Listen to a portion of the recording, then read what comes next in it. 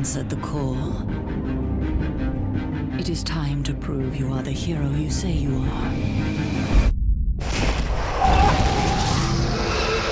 But you do not have to fight alone.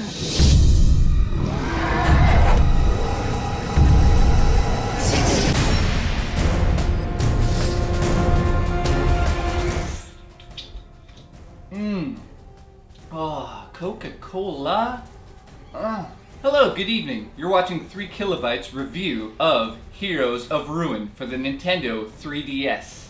This is the case. As you can see, it's got some very cliche characters on the front, but that's not a bad thing. It is an RPG dungeon crawler for the Nintendo 3DS, and let me just say, I had a lot of fun. So the story's about 4 mercenary characters that are trying to find the cure for the ruler of the Nexus city. Now the ruler is actually a sphinx named Axaraxis? I'm not pronouncing it right. And guess what? He's dying from a curse. So you gotta save him. You gotta find out the evil. So what's really cool about this game is it's really the first RPG online and offline game for the 3DS. And let me just say, thumbs up. Square Enix, you guys did a great job on this bad boy. Rum and Coke. So the storyline in this game is actually quite simple. It's not one of those deep RPGs like Skyrim or even Diablo 3. It's not like you're gonna get that depth on a handheld system. And that's what's cool about this game, that they get away with it because the gameplay is so fun. Yes, it's not something unique, but it does take something like Diablo 3 and turn it into an actual mobile game that you want to play because it has buttons, because I like buttons. I don't like touchscreens where you just have a touchscreen, no buttons. So that's why it's so good. So in the beginning of the game, you can choose your character. There's different abilities for each character, so essentially you can play this game 4 times through. You could choose the Vindicator, who's essentially a swordsman, the Gunslinger, who's good at obviously shooting guns from a distance, the Alchitect.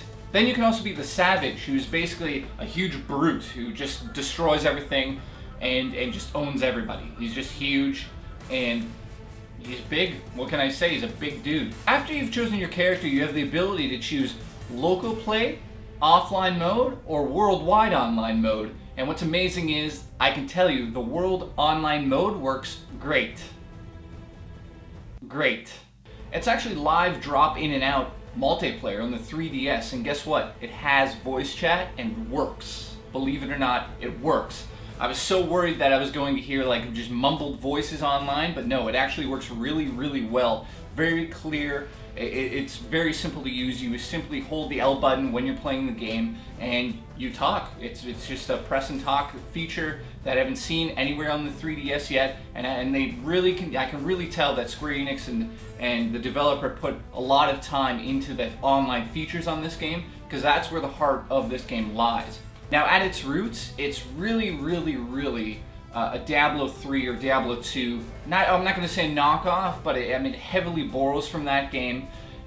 Everything from the inventory system all the way down to the actual maps and the point of view that you play the game in. And what's really unique is the 3DS screen has the ability to be touched. Who knew that? You can actually touch the different abilities and actually link them to the buttons in real time. What's so cool about this is the touch screen. In Diablo 3, imagine a touch screen, imagine a controller with actual buttons. Oh, the Wii U maybe. So you use the Y, X, and A button to use these abilities. The B button is a very simple button for each character, which is basically a soft attack, and if you hold it, it charges up the soft attack, and that levels up as well as you progress in the game. Let me mention, you're also doing this with 3 other players who are live, and you have voice chat, so you guys can go into these pretty big dungeons for a 3DS game and really dungeon crawl. That's the point of this game. It's an RPG dungeon crawler, and it really does that well. It has that level up feeling to it where it's really addictive. Another cool thing in this game is it has Spotpass and Streetpass enabled on it. So using Streetpass, you can actually trade weapons you find in the dungeons on your street pass to passersby on the road. Now using Spotpass, which updates daily onto your system, they're gonna have a new daily challenge for 365 days since the release date. Every day there's a new challenge via the internet. So if you connect to the internet, you actually see that in your quest menu in game. So I'm actually very surprised with this game as I sip.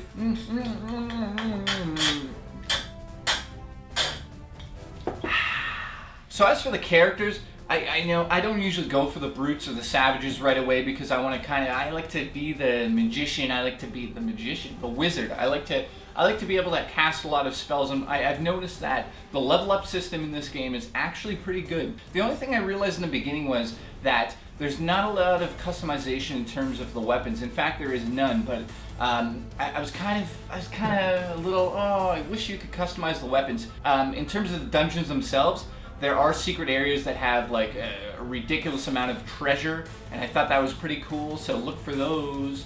And in terms of the scenery, there's tons to look at here. There's deep underground dungeons, then of course there's lots of like luscious dungeons with... Luscious dungeons? What is the luscious... Like you bring somebody and you put flowers and paint it nice and go, you're in your dungeon, you're stuck here for life. But yeah, there's snow dungeons. What am I gonna say? So I give this game an 8 out of 10. Some of the things I like about the game are definitely the online multiplayer is really well done. It is highly addictive, this game. I mean, for $40, an RPG like this on the go to, you know, turn on when you're on the bus or play a little bit before bed or before you're gonna sleep with Mike. And then some of the negative things I felt about this game that take away the 2 points.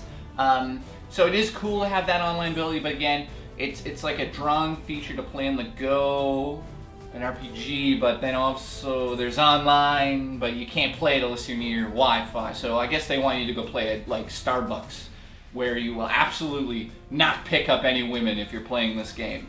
If they see what it is, no women, you're not going home with them, there's no sex tonight for you, it's not happening, not even in a 3D world, not even in 2D, okay? Deal with it. You got nobody to hope for. If you go to, you got nothing. You can't go there. You can't sip on your coffee and go, hello, ladies, I am playing my 3DS. It just won't work. I suggest to follow us on Twitter, because I go on rants. And Mike, you can follow him on Twitter too. There goes the bird. Also, like and favorite this video, you know, because it helps, apparently.